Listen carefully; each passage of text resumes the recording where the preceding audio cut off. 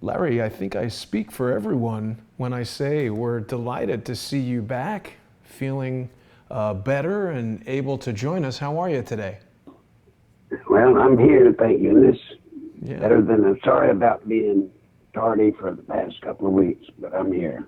No need to apologize, Larry. Everybody knows it's getting hotter there in Arkansas, and we got to look after your health primarily. You know, Larry, you were one of the first people to contact me this morning and talk to me about William Barr appointing U.S. Attorney John Durham to conduct the investigation into the investigators. What do you know about this? What can you share with us, and what can people hope to see from this investigation? Well, first off, as with anybody from Washington, Jason, you can't trust a soul.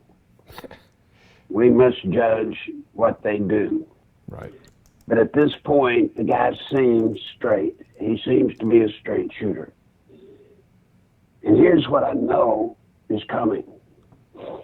A decision was made that if they go forward with the investigation, amassing the evidence, and run it through the normal chain, what's going to happen is any evidence, it's already planned, any evidence that he comes up with documenting the complicity of all of the people involved in Bantu, and including Barack Obama, Joe Biden, of course Hillary, that they are planning that the judge will put a gag on all of it. So what I think you're going to see coming up, it's going to be unique, but about every week, maybe every other week, a new piece of evidence is going to come forth, going to be brought out. So the American people will see the evidence to build the case of this coup. Now remember, Jason, the coup is still going on. Yeah. It's not over. And the Democrats are working feverishly to cover this up. They're working feverishly to shut Barr down. They're working feverishly to stop this investigation. And then what they can't stop, they intend to gag and shut down. Certainly the mainstream media is going to be a participant in making sure it doesn't get out. But it's going to get out. It's going to get out. And so be looking for that. You're going to see things you've never seen before. We're going to see history being made. There's never been such a blatant, over-tip attempt to overthrow our form of government in our entire history. Never. But it happened, and is happening now. Yeah. Yeah, I think it's still soaking in for a lot of people, Larry. I mean, you know, James Comey should be justifiably concerned about what may happen to him next, as should John Brennan. There's been a lot of talk about Dennis Montgomery, the Hammer computer, and how this was potentially used by Brennan and Clapper. What, if anything, can you say about that aspect? Nothing. I know nothing of that. Okay. Nothing at all. But I know this, the Clapper and Brennan, they procured the signature of Barack Obama himself to start the investigation in the beginning, to start the surveillance. That had to come from the top, and they got it. And that will come out. What do you think will happen to Obama? Well, that to me is debatable. Once again, you're in the gray area. He was president of the United States. So therefore, he can make a decision such as that. and be covered by the fact that he's the president. Mm-hmm.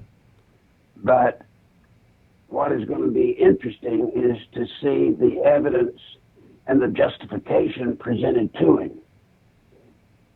And I don't think there was any. I don't think there was any evidence of any potential collusion. There was none of that. And that may change his status legally. I don't know. But as president, he's fairly safe. But none of the rest are. But when it's proven out, I can tell you this. When it's proven out, his term as president will be forever scarred. Oh, yeah. Absolutely. You know, Larry, Jorge is in the comments here saying that Obama can, in fact, be impeached after he's left the presidency. Is that correct, as far as you know? Not that I know of. Not that I know of. Now, you know, maybe there is some quirky law, but I know nothing of it. I don't see why it would exist, actually. Do you? Well, I mean, I know what you're saying, that Obama is protected with a decision like that during his presidency, because if he had reason to believe that Trump was, in fact, working with Russia, that's a national security measure, and the president needs a good amount of leeway to make those kind of decisions. But, right.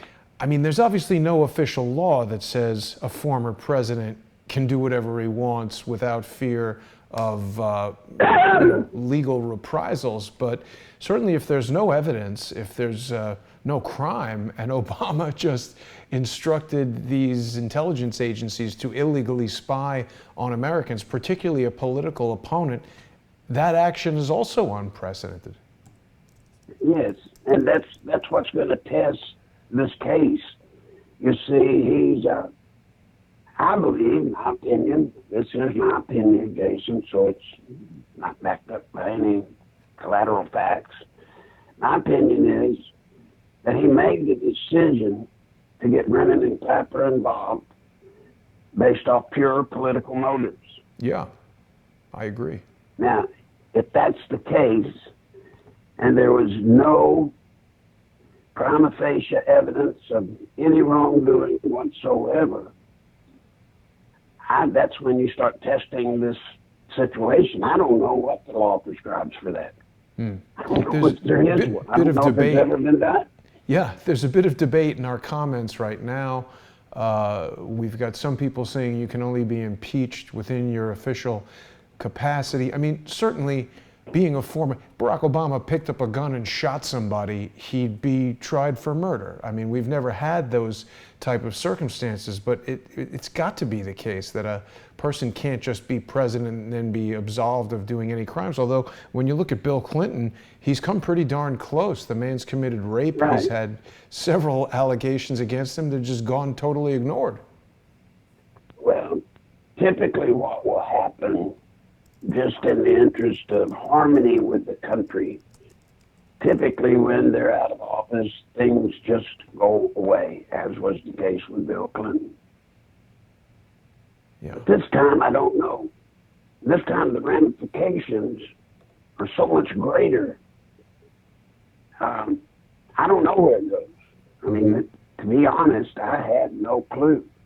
Well, I just know also, this, that if I'm right, and I believe I am, he acted strictly for political motive. Mm-hmm. And that's a violation of the law. Even if you're president, you can't sick the United States of America on to an American citizen, bringing the full force, weight, and power of the United States government in on an American citizen just for political purposes. I don't care if you're the president or the Pope.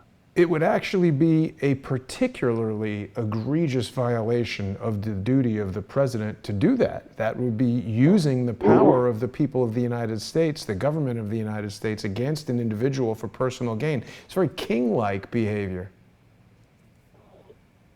Well, that's kind of what we're seeing now. You know, our whole government is being run pretty much like King George in the 16th 17th century. You know, we've totally weaponized the Justice Department. We've totally weaponized the judicial system, the FBI. So now it's legal in this country, as it appears, by the way things are being done, it's now legal in this country to pick out a person and then just keep looking until you find a crime. Yeah. Which is totally adverse to the founding principles of our Constitution. Yeah. That's the constitutional crisis, isn't it? Mm-hmm. And we are in a constitutional crisis on many fronts. The Democrats claim that Trump prohibiting Barr from going before the Congress, those committees, is creating a constitutional crisis. That's bizarre.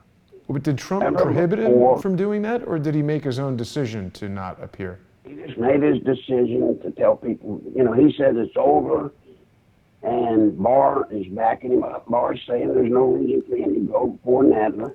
Yeah. There's no reason. And Barr is refusing to unredact or do an unredacted grand jury report. He's not going to do it. Well, he's following the law. Congress, right? You've got Congress, Nadler and them, trying to force the Attorney General to break the law. Right. I mean, this is the most bizarre situation you could have imagined. Yeah. Then you've got a president who started an investigation into a political opponent using the FBI, and then they concocted a scheme to frame him. I mean, you couldn't write this in a B-grade movie and get by with it. You're right. You're right. I mean, it feels, Larry, like we're finally at the point, though, with Attorney General Barr appointing U.S. Attorney John Durham to investigate the investigation of Donald Trump. It feels like we're finally at a turning point where we can at least begin to drain this section of the swamp. I mean, if it is determined that Comey and Clapper and Brennan had illegally spied, I mean, I want to find out more about what's going on with the hammer. We've heard a lot about the hammer. It was apparently some extremely sophisticated quantum computer that could, to some extent, replicate some of the functions of the NSA in terms of gathering data on American citizens, and that it may have been used by the CIA, the NSA, the FBI to, you know, as Trump said, to wiretap, but to somehow gain information about people. There's been a lot of talk about it. I appreciate that that's not your particular area, but this is, we're cracking open the door here that's going to lead to revelations that make everything that's happened so far look like sort of nothing. I believe you're right. I believe we're headed down a path. Now, let me say this to kind of get back on a subject I know about. If the audience is wondering why James Comey still seems to be so arrogant, yeah, you know, knowing, of course, that he's in trouble or should be with the FISA, if nothing else, with misrepresenting to the FISA court. Mm. The reason he's so arrogant is because he knows that the court system will protect him. The judicial system will protect him, and he knows it. How do you mean? Well, it's going to be hard to find a federal court to bring Comey before that the judge is not going to be in on it. You see, our entire judicial system, except for some newly appointed judges, but those judges are in Humboldt, Arkansas, nowhere America.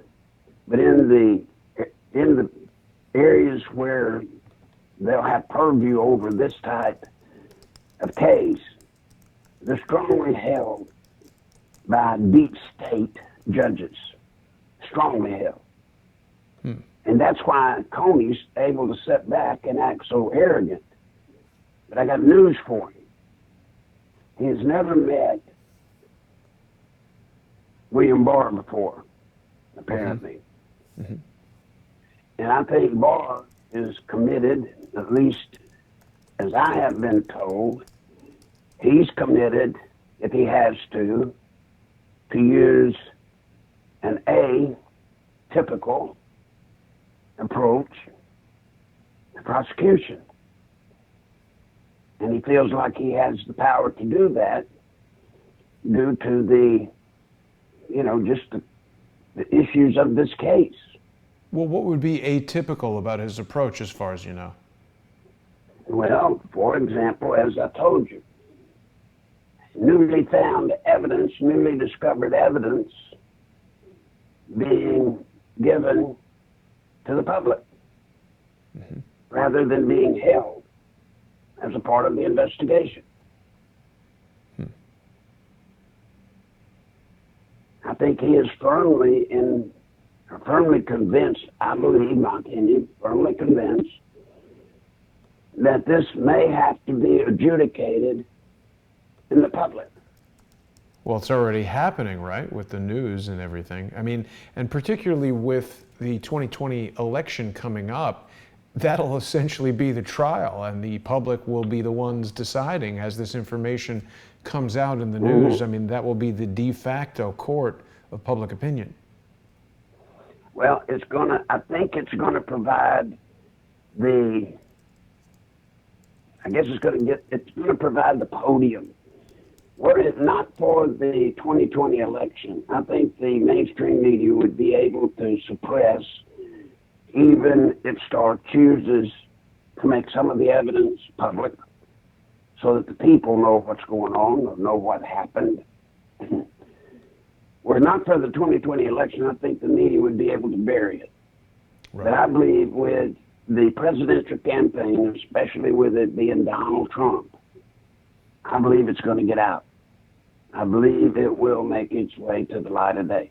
And the American people better get ready, because they're going to see stuff that's going to be hard to believe. Hard to believe, Jason. I mean, the whole thing is a little hard to believe, Larry. I'm looking right now at the headline from New York Magazine, and it's talking about everything you need to know about the probe into the Russia probe. I wonder if they'll probe this probe and just keep probing. It's interesting. So, I mean, of course, the mainstream media is going to portray this as a Trump-fueled investigation designed to distract. They've been trying to tell us that people like Joe Biden are front runners for 2020. I find that difficult to believe.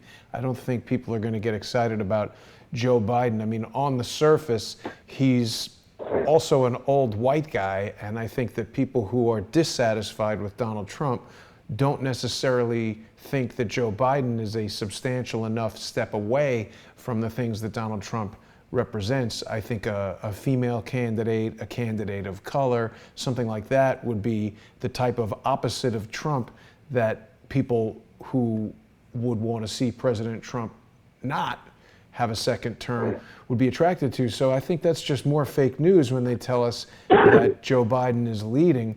But obviously they want to get somebody in there who's part of this, Bush, Clinton, Obama conglomerate that can, cover this all up and sort of consider 2016 a bad dream, pretend it never happened. But of course, if Donald Trump secures a second term, particularly if he goes in there with the momentum of this John Durham investigation, it could spell real trouble for some of the people that we're talking about. What do we know about John Durham so far? Not much, huh? Well, he has investigated the CIA and did a good job, wrongdoing in the CIA, and he has investigated past issues within the FBI and apparently did a good job there.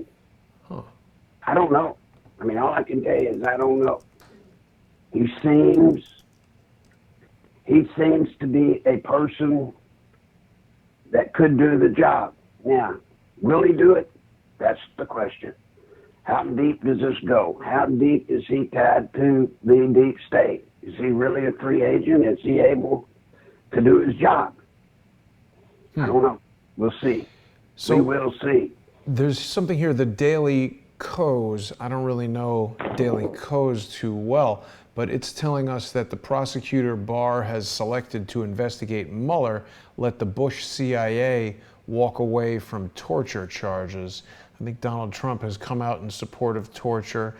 Gina Haspel, the current director of the CIA, is known as Bloody Gina. She's a proponent of torture, and we've heard some strange stories about her from John Kiriakou, and other people told us that Gina Haspel took some kind of special trip to Guantanamo Bay, or perhaps it was Afghanistan, to observe some torture procedures. I mean, again, it's always a very, as you said, Larry, we've got to, we don't really trust any of these guys. But how do you feel? You and I did a lot of shows talking about William Barr when he was first nominated, and we were both skeptical of Barr given his background with H.W. Bush. But so far, he does seem to be adhering to the law, forgetting about if what he does helps President Trump or hurts President Trump. He's adhering to the law. So that's quite interesting. How do you feel about Barr so far? Well, the thing I feel so far is Nadler and the Democrats have made a terrific mistake. Barr, by them attacking Barr and calling him, a traitor and all the things they attribute to anybody connected to Trump. Right. I don't think I would be wanting to make Barr mad at me. I don't think I would. That's not the guy you would want to offend. And they have. Now, having said that, still remains to be seen. When he was with Bush, he was young, building a career. Yeah. He doesn't have to do that now. Right. Now, what he has to face today, his entire legacy now, Jason, rests on what he does in this case. Yeah. Everything. Yeah. He can take all of his career and throw it out the door. It all rests on what he does in this case. And I think that may give us the edge to be able to get to the truth. I really do. I think that's the thing that may save us. Yeah. He's got to realize that for the rest of his life and for all of history, he will be known for what he does in this case. Yeah. Yeah, I think that's true, Larry. And, he's definitely got more attention on him than almost any attorney general in recent memory. He's certainly been much more effective, or at least, he's got these processes underway much more quickly than Jeff Sessions did. Larry, while we're talking, I'm reminded that I want to let everybody know that they should go over to nicholslive.com. That's Larry's webpage, and for all the hundreds of people who are watching us right now who enjoy your insights and your commentary, it's really important that our viewers support Larry.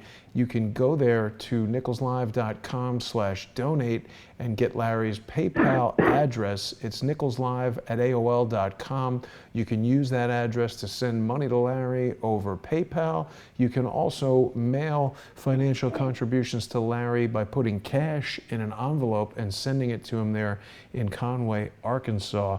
I also hope that people will sponsor the show by going to patreon.com/crowdsourcethetruth and subscribestar.com/crowdsourcethetruth. So, Larry, the wheels of justice, they tend to turn pretty slowly, but what do you anticipate the sort of time frame for this? We got to wait another 2 years to figure this out. Obviously, Donald Trump and the people he's appointed are going to be anxious to get this moving quickly.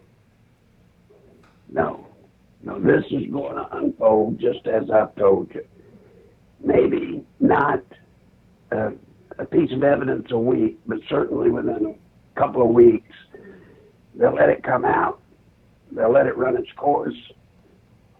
And then another piece of evidence will be revealed. This will not go slow. Not now. Yeah. Not now. James is watching us on Periscope, says Trump didn't need to be president and Barr didn't need to be attorney general. He's presuming that these guys are in it for the principle, and it's a good point. He may be right. And as you pointed out, Larry, Barr is no longer the young man. You can see he was, I'm not sure how old he is now. I presume he's in his 60s, but certainly when H.W. was president, you can tell he's a much younger man, 30s or 40s. And obviously he was involved with the CIA. I mean, this is a tricky, it's so hard to know what to make of these guys. Yes, it is. Yes, it is. And were at any other time, or in any other situation, I could tell you. I could almost tell you 100% which way it was going to go, Jason. You know I could. Yeah. But I can't. Yeah. Not now. There's just so much. Look, there are more people than you and I. More people understand now that this was an attempt to overthrow the presidency of the United States. Mm-hmm. This wasn't a joke. This wasn't political pranks. This wasn't an October-type surprise. Maybe it started out that way. But there were traps set. There were plots laid. Yeah. There were people embedded. There were, spying going on. Not only spying, but planning agents inside. Yeah. Buddy, well, that whole thing with Papadopoulos, and they tried to honeypot him with some woman meeting him in Australia or something like that. Esquall on Periscope is telling us that William Barr is apparently 68. So that's interesting, Larry. I mean, when I look at this picture of him with George W., so I guess H.W. rather, H.W. was president 1986 to 1990, is that right? Something like that? Yeah, it sounds like or 88 to 92. Right. So we're talking 30 years ago, and certainly William Barr would be a man in his 30s, his early 40s. I would imagine at the age of 68, in the autumn of his life, he's thinking more about the things that he's done and the legacy, as you said, his grandchildren, if he has them, much more than he would be, kind of an ambitious young lawyer trying to make his way in Washington, D.C. and navigate the swamp. It's really interesting to see, William Barr, apparently May 23rd, 1950 is his birthday. So getting very close to William Barr's... Yeah, the same age, go figure. Yeah, that's interesting, isn't it? So we're just actually less than 2 weeks away from his 69th birthday. So as he approaches 70, I mean, I can't contemplate what that feels like, but I know when I turn 30 and then 40, it has a tendency to cause you to reflect on life and, at those ages, look toward the future, where your career is, etc. Can only imagine what a man approaching 70 might feel. Well, and that's what I'm counting on, Jason. Because I'm the same age, looking at the same things. Today in my life takes more than it gives every day. And it makes you reflect. And you realize you have such a short time, Jason, you have such a short time at our age to make up for the mistakes that you've made along the way. And very few people get a chance to make up for the life they've lived. Well, he's in that spot now. He's there. He can do for the country, or he can do the country in. That's his choice. And I don't see that man. It's hard for me to see any man, but I don't see that particular man for the rest of the life he's got, living it, destroying the nation that has given him so much. I just don't see it. And at our age, I'm telling you, Jason, you think about less about yourself and you think more about your children, more about your grandchildren, and you think about what you're leaving them. Yeah. That's what he's having to deal with. Right. That's it. Yeah, and I think you can see from his adherence to the law You know, he hasn't played any games with the Mueller report. He hasn't done anything. Everything he's done 100% to the letter of the law. Yeah. 100%. There's a calm confidence. Sorry. Mm-hmm. Well, he hasn't vacillated, but he's done one thing that makes me believe he will follow through with his systematic way of dealing with this case.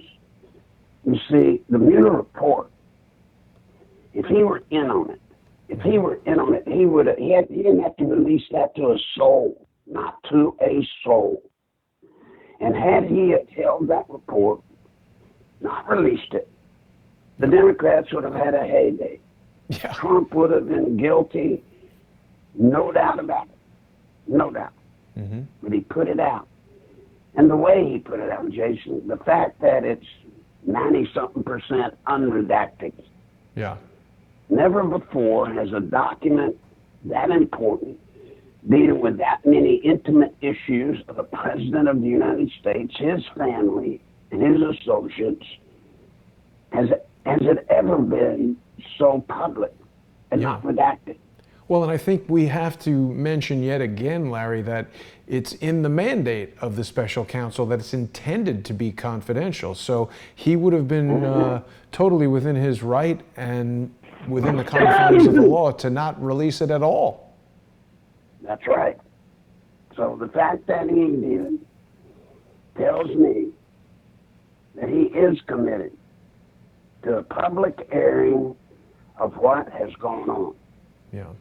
And that's what it's going to take. This will not be resolved in the court system. I assure you of that. If it is, this will be another thing in American history that just gets sealed up, shut up, and goes away. Well, I hope there's some resolution to it other than it just going away. And before we carry on, Larry, I want to say I really appreciate your insights there, the sincerity of looking at this from the standpoint of someone who is your contemporary and possibly having some regrets for some of the things that have been done in his life. And I think that people can appreciate that coming from you. And I think everybody appreciates what you're doing, trying to bring forth the truth. And it's important that people recognize that when you do that, there's a lot of people who don't want the truth coming out that take steps to prevent you from progressing. So people who enjoy the show and like listening to Larry every week, I hope they'll visit nicholslive.com and support Larry through PayPal or through mailing him a financial contribution. So I guess we really need to just sort of see what happens over the next several days. The other thing I wanted to ask you about, Larry, you know, another one of our very favorite guys, Adam Schiff, recently said that this whole dust-up with Joe Biden's son being involved in stuff with Ukraine, that scandal is off limits, according to Adam Schiff, because I guess that might be a scandal that could touch him or people that he supports. What do you think about that whole piece of business? Well, here we go again with the duplicity of law under the new system that the Democrats wish to bring, which, by the way, is socialism. You know, under all socialists and communists and dictatorial countries today, they function and operate just like what you have been seeing in this country. It's an everyday thing. They pick out somebody they don't like, they destroy them. Right. If there's somebody that causes trouble to the king or the pope or the government, they trump up charges and prosecute them. Yep. This is normal for a socialist country. And so Joe Biden's son, who got a dishonorable discharge from the military for cocaine, yes, it's going to be trouble. And I don't think Adam Schiff is going to get by once again. You know, they always talk about co-equal powers. That's all they talk about all the time. Now Trump is stepping on co-equal powers. Well, let me tell you, there are two branches. I mean, there are two bodies within the legislative branch. One is the House, of course, and yes, they rule the roost of the House, but they don't rule the Senate. Mm-hmm. And if you're going to investigate if you're going to truly investigate what caused all of this mess, I guess, that we're in, if you want to know, then you have to look at all of the subtext that went on. And if you're going to prosecute the prosecutors for improperly prosecuting Trump, let's say, then you have to also be willing to look at the prosecutors for no prosecution, for not going after legitimate crimes that they overlooked.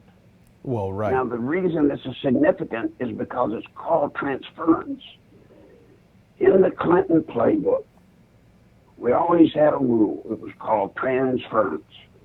Transference means when we want to get somebody, all we had to do was accuse them of doing what we were doing. Now, your audience may say, well, why did you do that? Well, if we were doing something, we'd want the people to look the other way, to look at somebody else. Plus, we knew all the little tricks and trades, so we could give them all the tips and the things to look for, and so it's called transference. That's what they did. They took collusion with the Ukrainian deal. They took that collusion, threw it to the side, and then made up the case against Trump and his campaign. Right. I mean, this is one of the most basic principles of Saul Alinsky, who Hillary Clinton and Barack Obama have both lauded kind of, extensively. What can you say, Larry, about Hillary Clinton's Alinskyite tendencies and anything that you might have observed during the time that you worked with the Clintons relative to Saul Alinsky and that whole, it's kind of a Marxist movement, isn't it?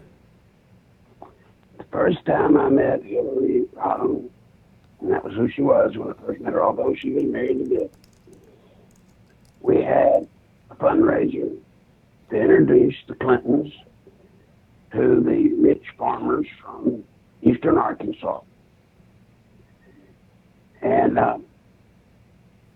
Bill was there, Hillary was late.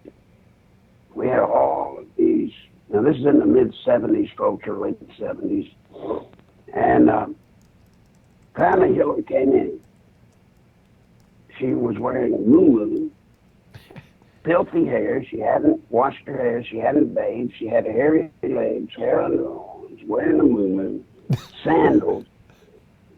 But the thing she had around her neck, she had a necklace that was like a dog tag chain. And it was like a press pass on it, about twice the size of a business card. And that chain and that card said, a proud member of the United States Communist Party. Mm. And she wore that. Wow. Now, guys, everything about Hillary, everything in her life was based around the teachings that she came up with from Saul Alinsky and group at all. That is Hillary. Hillary is bold-faced, 100%, believes in it, wants it, a communist, but she wants to be the head of the Communist Party of America. Wow. And I'll never make your audience believe that had she have won that election, by now, we probably still wouldn't be calling us a communist or socialist nation. But by now, we would be fully under the throes of socialism right now, had she have won. Yeah, and they're still trying to do it, right? I mean, with the baby steps, with everything that Ocasio-Cortez is trying to propose. Now, Ocasio-Cortez has just come out and said that she was joking when she said that the world only has 12 years until it's destroyed by, carbon-driven climate change. That's really interesting because she didn't seem to be joking, and her whole Green New Deal did seem to be based on that presumption. It's also interesting that when Donald Trump makes a joke, with a joking voice or calls out to Russia to release Hillary Clinton's emails, they still refer to that obvious joke today as part of the collusion. Donald Trump going on television and in front of everyone saying, "Hey, Russia, can you please find Hillary's missing emails?" I think, Larry, there's certain people who are, I don't know how much time you've spent in New York City, but there's a certain amount of sort of wise-assery that goes on in New York that maybe people outside of New York don't get. That's right. And Donald Trump just is that. Yeah. He is a New Yorker. Yep. He is a New Yorker. Yep. And I would have never dreamed he would have been accepted nationwide the way he was. Mm-hmm. But he came so boldly, so straightforwardly, telling it like it was, that people caught on. And you know what? Whether you like Donald Trump or you don't, folks, he's the only president in my 68 years, fixing to be 69 in July. He's the only president I have seen, including Reagan, that has done as much to deliver what he has promised in his campaign. He's tried all of it. He's getting blocked in some ways, yes. Yeah.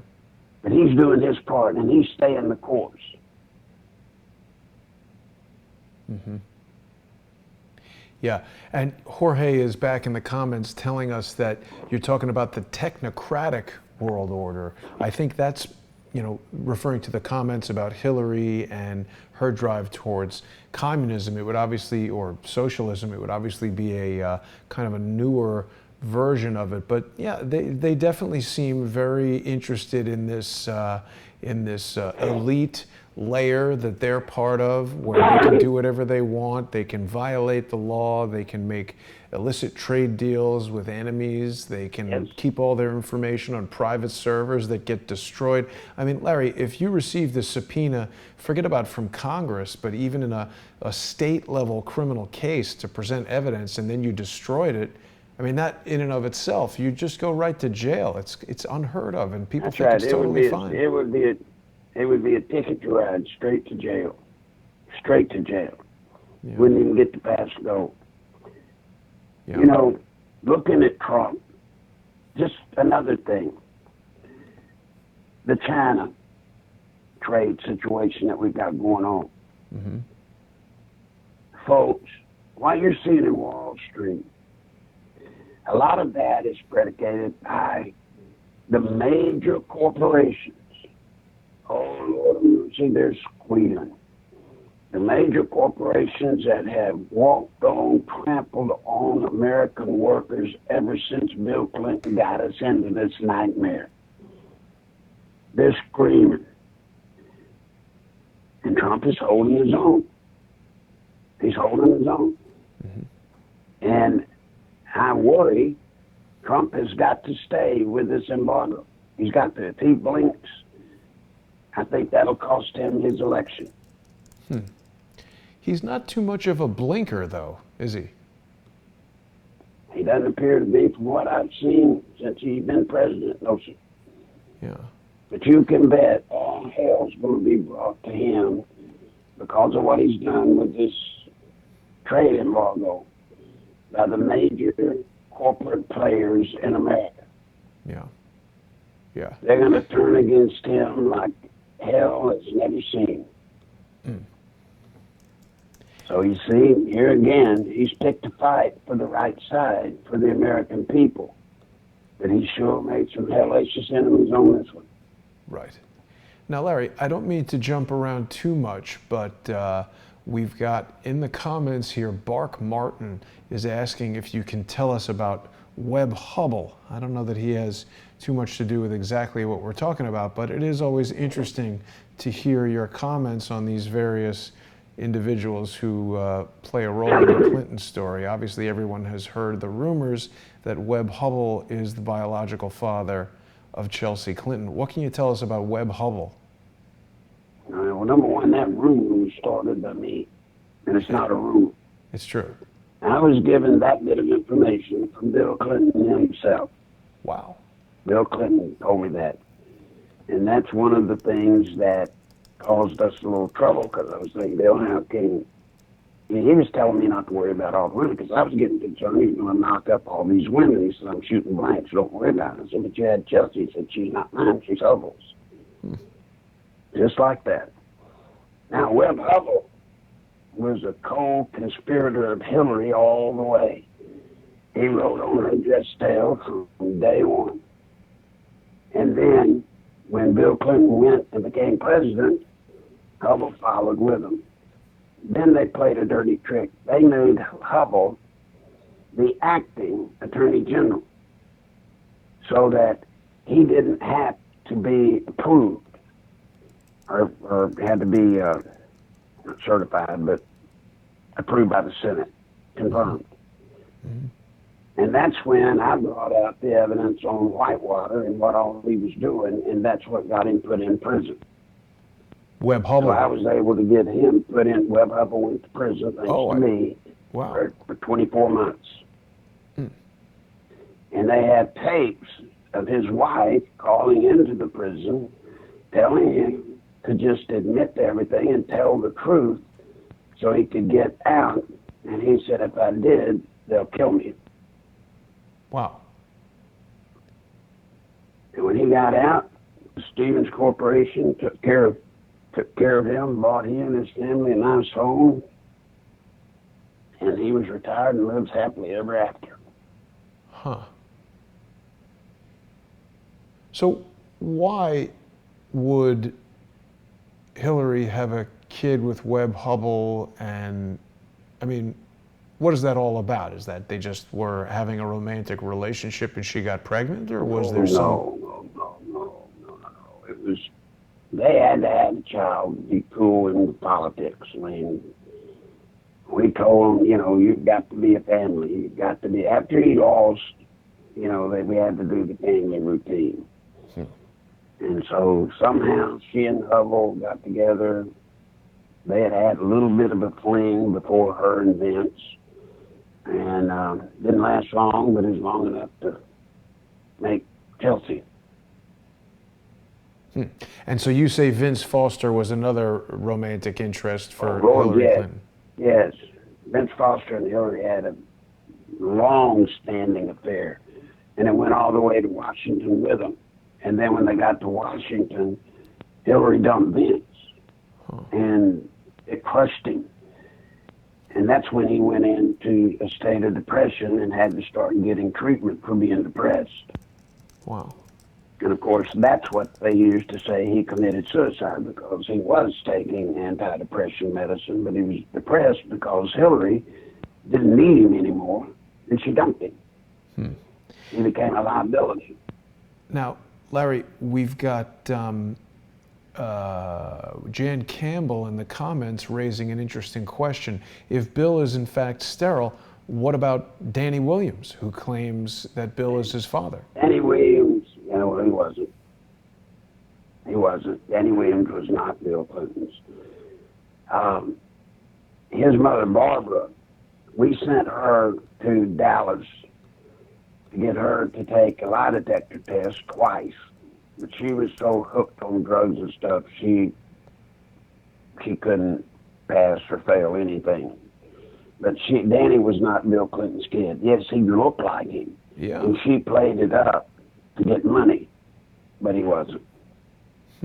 Now, people ask me, well, why didn't you come out back then and say something about it? Just to be honest, folks, hey, if it was hurting Bill Clinton, I let it go. It was not my job to straighten out something that I didn't have to. So I guess you could say I should have, but I didn't. Why did Bill, we've heard testimony from Danny Williams that Arkansas state troopers used to come around to his house and give him toys at Christmas and money. Why would Bill do that if he wasn't actually his father? Because she was running around telling everybody that she had his kid, and it was causing quite a stir in the underground with the media. And so it was determined the best thing to do was to pacify her until she OD'd on drugs and she'd go away. Boy, he looks so much like him. But it's not his kid.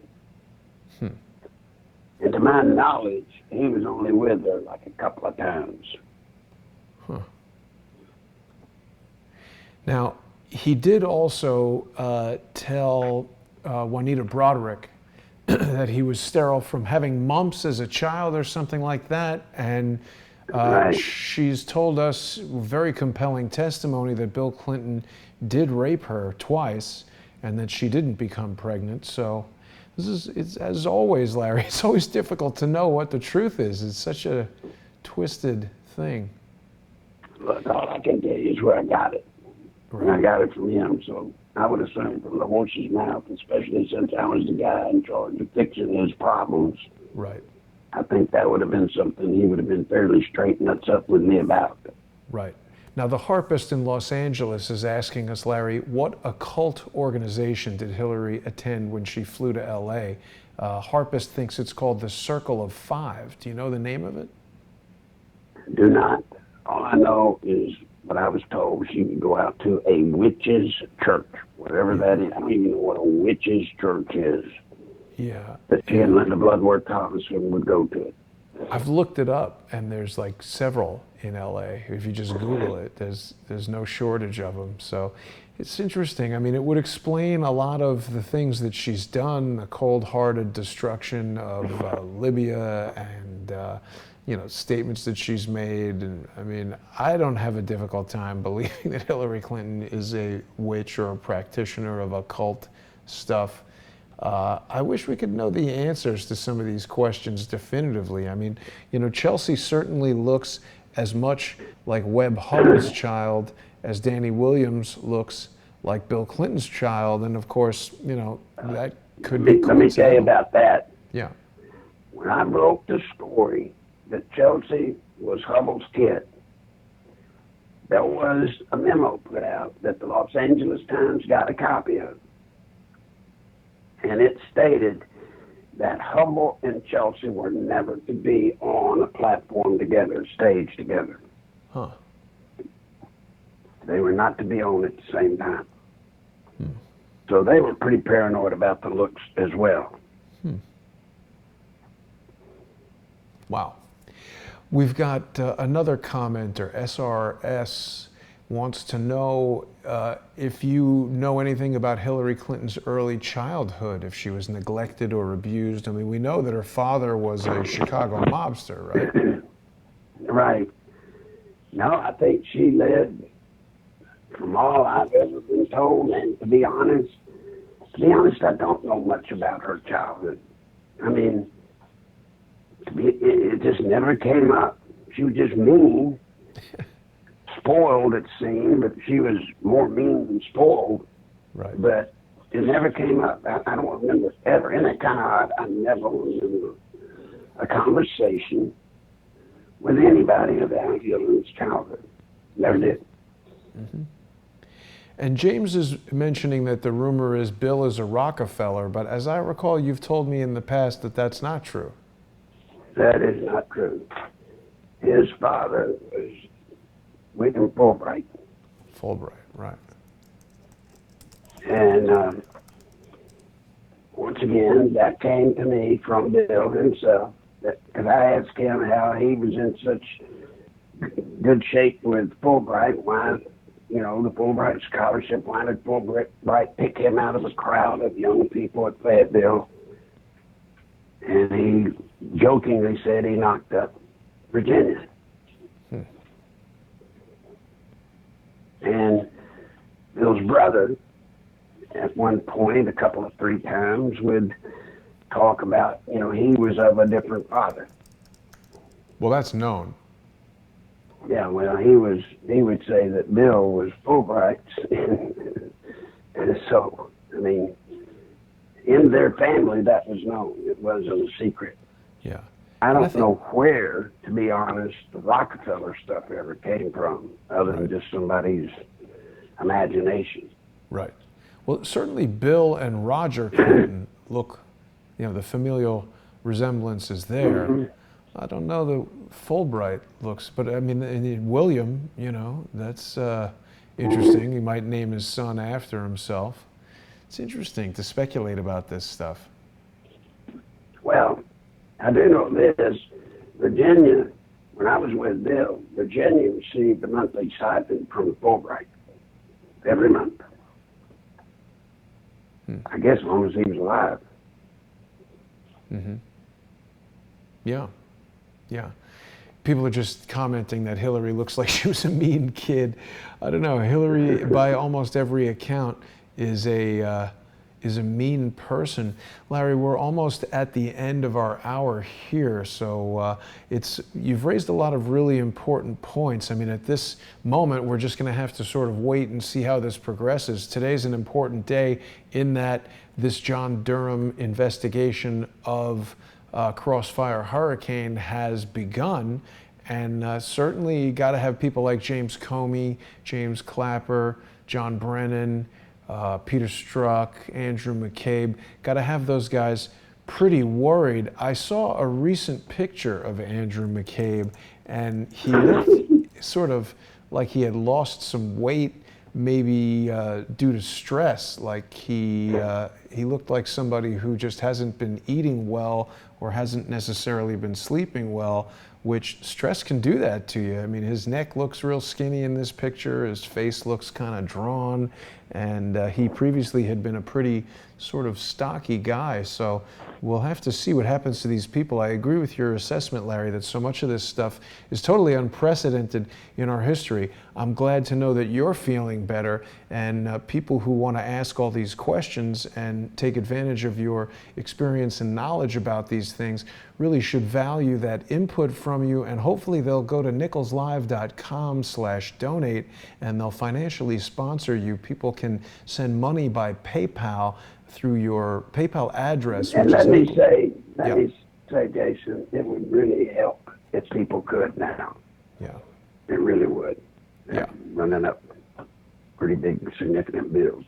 Yeah, and we've got hundreds of people watching us, Larry, so if people sent even just $5 with the nicholslive@aol.com address via PayPal, that would make a big difference, could help Larry a lot this month. You can also send cash to him in the mail. The address is right there at nicholslive.com/donate. I hope that people will also sponsor Crowdsource the Truth by going to patreon.com/crowdsourcethetruth or subscribestar.com/crowdsourcethetruth. I couldn't bring these shows to you every day if it were not for the generous Patreon and Subscribestar sponsors. Even if you're just watching the free shows on YouTube or Periscope or Facebook, it still helps a lot if you become a sponsor. You're going to enjoy lots of exclusive content each day on patreon.com/crowdsourcethetruth and subscribestar.com/crowdsourcethetruth.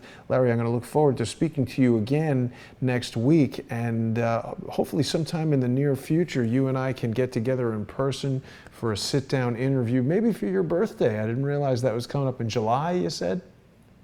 Yeah, July the 29th. July 29th. Well, it's real hot in Arkansas in July, so I hope you got that the wouldn't air be a good conditioning time to running. comment.